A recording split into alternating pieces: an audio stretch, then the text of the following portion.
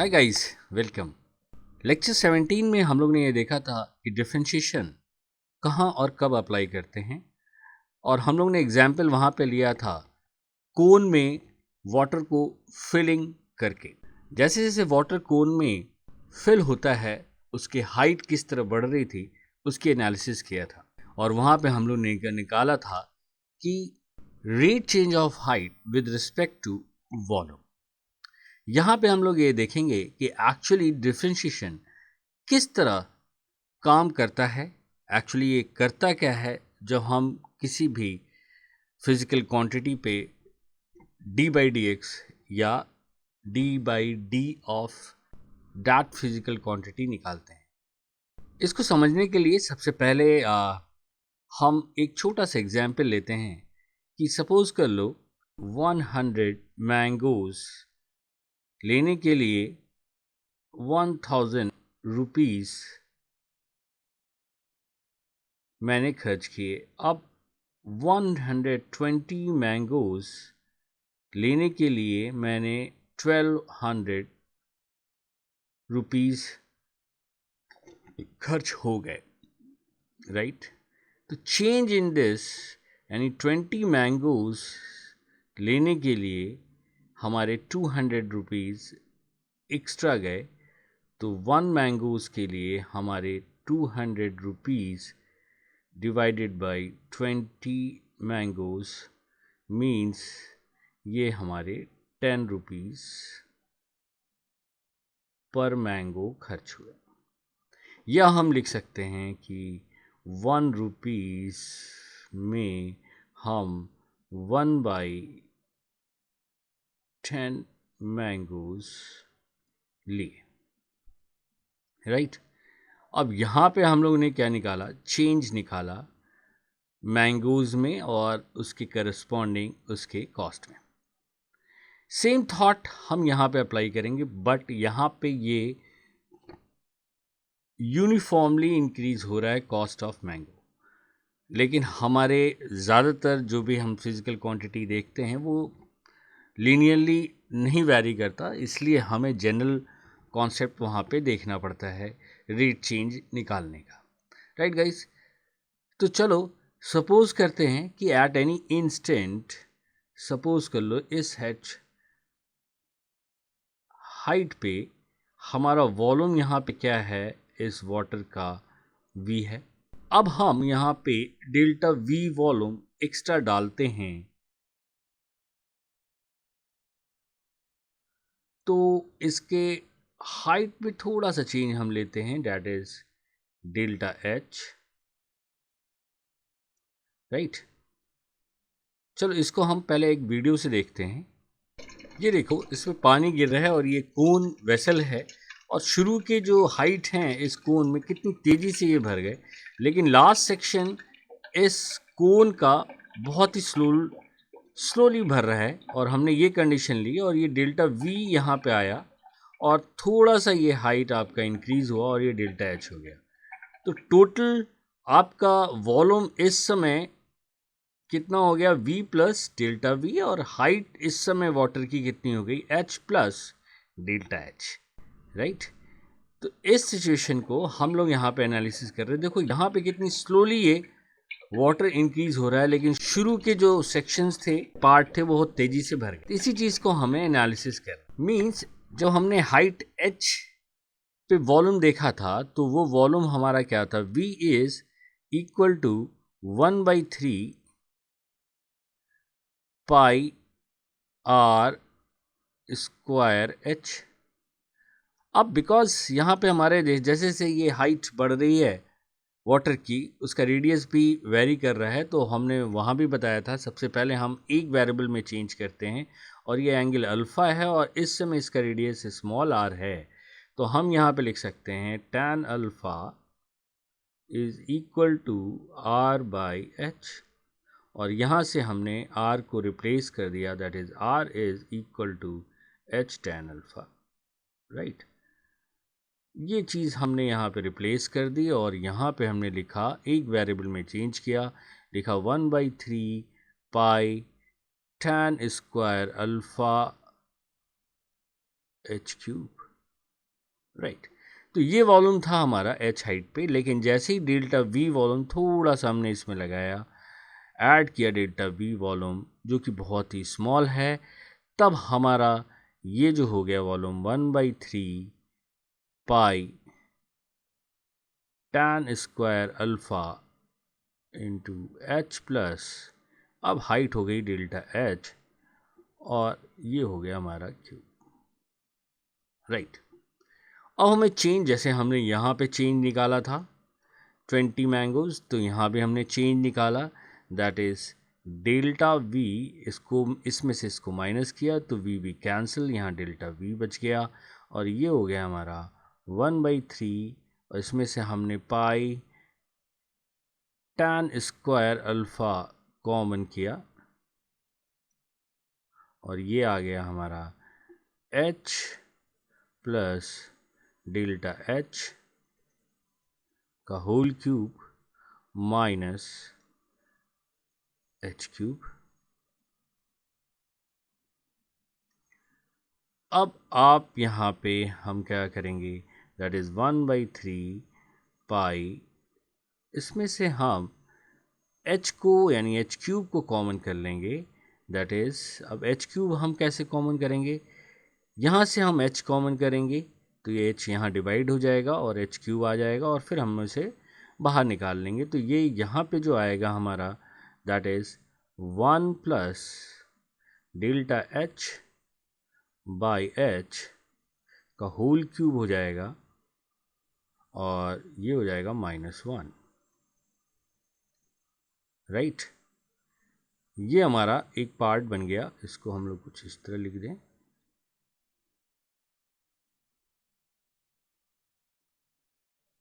अब ये हो जाएगा हमारा 1/3 pi tan square alpha h cube, और ये हम इसको लिख सकते हैं क्योंकि ये लेस देन 1, बहुत ही लेस देन 1 है, तो इसको हम लिख सकते हैं बाइनोमियल एक्सपेंशन से 1 plus 3 delta h divided by h minus 1, क्योंकि मुझे पता है दैट इज़ 1 प्लस x का होल पावर n, और x अगर हमारा बहुत ही स्मॉल हो तो इसको हम लोग लिख सकते हैं 1 प्लस nx, ये हम लोग जानते हैं, अप्रॉक्सीमेटली हम लिख सकते हैं, राइट। तो यहाँ पे हमारा 1 और 1 कैंसिल आउट हो गया और ये बच गया, और यहाँ पे आप देखोगे तो एक h यहाँ से कैंसिल हो जाएगा और ये 3 कैंसिल हो जाएगा, तो हमारे पास बचेगा that is pi tan square alpha h square delta h, और delta h divided by delta v, ये आ जाएगा हमारा that is 1 by pi tan square alpha h square, right. अब हम इसको लिमिट अगर ले लें, यहाँ limit delta v tends to 0, तो इसी को हम लोग अपने डेफिनेशन में लिखते हैं दैट इज़ dh बाई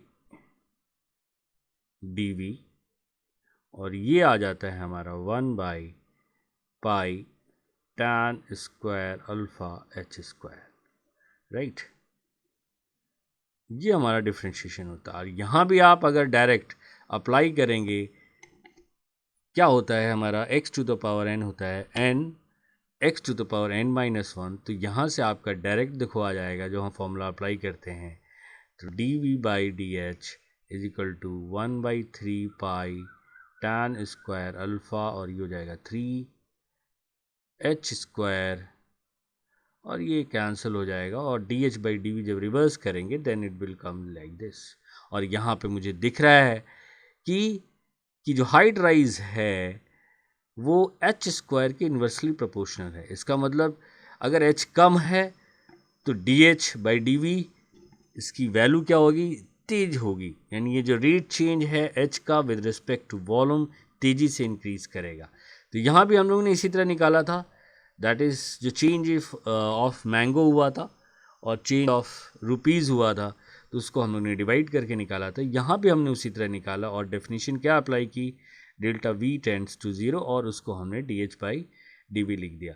तो ये बेसिक थॉट है, हमारे डिफ्रेंशिएशन के फॉर्मूले जितने आते हैं वो इसी तरह आते हैं और इसे हम मैथ्स में पढ़ते हैं फर्स्ट प्रिंसिपल। उसी तरह हमने अभी पिछले लेक्चर में देखा था कि इंटीग्रेशन को निकाला, तो वो भी फर्स्ट प्रिंसिपल था, उसको हम लोग लिमिट ऑफ सम में पढ़ते हैं। जो मैथ्स के स्टूडेंट हैं वो ये सब पढ़ेंगे या पढ़ लिया होगा, लेकिन जो बायो के स्टूडेंट है वो ये चीज़ को समझ नहीं पाते कि ये इंटीग्रेशन और ये डिफरेंशिएशन का फॉर्मूला एक्चुअली आता कैसे है वो, और ये किस तरह रेट चेंज देता है। इसलिए मैंने ये 2 लेक्चर्स आपको बताए हैं कि इसकी फीलिंग आप ला पाओ कि ये डिफरेंशिएशन और इंटीग्रेशन किस तरह हम अप्लाई करते हैं। तो यहाँ पे साफ दिख रहा है कि जैसे जैसे एच की वैल्यू बढ़ेगी, यानी हाइट ऑफ वाटर बढ़ेगा, तो rate change with respect to volume, उसकी जो स्पीड है वो कम हो जाएगी एक तरीके से ऊपर बढ़ने की। तो अब हम चलो इसका ज्योमेट्रिकल एस्पेक्ट इसी एग्जाम्पल से देखते हैं। तो अब हम लोग इसका ज्योमेट्रिकल एस्पेक्ट देखते हैं। जैसा कि हम लोग ने इक्वेशन लिखी थी, that is v is equal to 1/3 pi r square h, और इसको हम लोग ने कन्वर्ट करके लिखा था, that is 1/3 pi tan square alpha h cube, right guys. तो हमने यहाँ पे h और v के बीच इस तरह ग्राफ खींचा है, दैट इज दिस, और ये इस तरह आता है। अब आप देखोगे ये cube y is equal to x cube इस तरह फंक्शन है, या y cube is equal to x, जैसा भी लिखो कुछ इस तरह है ये फंक्शन। तो आप हम इसका ज्योमेट्रिकल एस्पेक्ट करते हैं। हम लोग ने वहाँ पे थोड़ा सा डेल्टा v डाला था, मींस यहाँ पे हमने ये चेंज किया था डेल्टा v, तो हाइट में ये चेंज हुआ था डेल्टा h। यहाँ पे आप जरा से डेल्टा v चेंज करोगे यहाँ से, तो हाइट में कितना चेंज हो रहा है ये, यहाँ पे आप चेंज करोगे डेल्टा v, तो हाइट में क्या चेंज हो रहा है ये। अब इनमें आप ये देखो कुछ डिफरेंस दिख रहा है। यहाँ पे आपको दिख रहा है कि हाइट में ज़्यादा चेंज हो रहा है, यहाँ पे इसके रिस्पेक्ट में कम, और जैसे जैसे हाइट बढ़ रही है इसमें h की हाइट में डेल्टा v सेम है, लेकिन ये डेल्टा h की वैल्यू डिक्रीज़ हो रही है और ये ज़्यादा डिक्रीज़ हो रही है। अब आप यहाँ पे इस केस को लो, तो अब आप यहाँ पे देखो, अगर हम किसी भी पॉइंट पे एक टैंजेंट खींचें, ये एक्स एक्सिस से हमारा कोई एंगल थीटा बना रहा हो, तो आप यहाँ पे देखो टैन थीटा क्या हो जाता है, delta H by delta we. और इसको अगर हम टेंड्स टू ज़ीरो कर देते हैं तो ये एकदम कोई एक पॉइंट पे होगा। एक्चुअली ये जो टैंजेंट हम खींच सकते हैं एक पॉइंट पे, 2 पॉइंट पे नहीं खींच सकते। इसीलिए हमने क्या करना होता है, इसको टेंड्स टू ज़ीरो करते हैं, तो ये मान लेते हैं कि एक पॉइंट पे हो गया, तभी तो हम वहाँ पे ये टैंजेंट खींच के ये थीटा बना सकते हैं। एंड दैट इज़ वाई हम उसको स्लोप कहते हैं, और स्लोप जो आता है वो हमारा d y by d x जो हम लोग लिखते हैं अपने मैथ्स में, वो इसी कारण आता है। और यहाँ पे जो हमारा स्लोप आया, that slope is equal to d h by d we.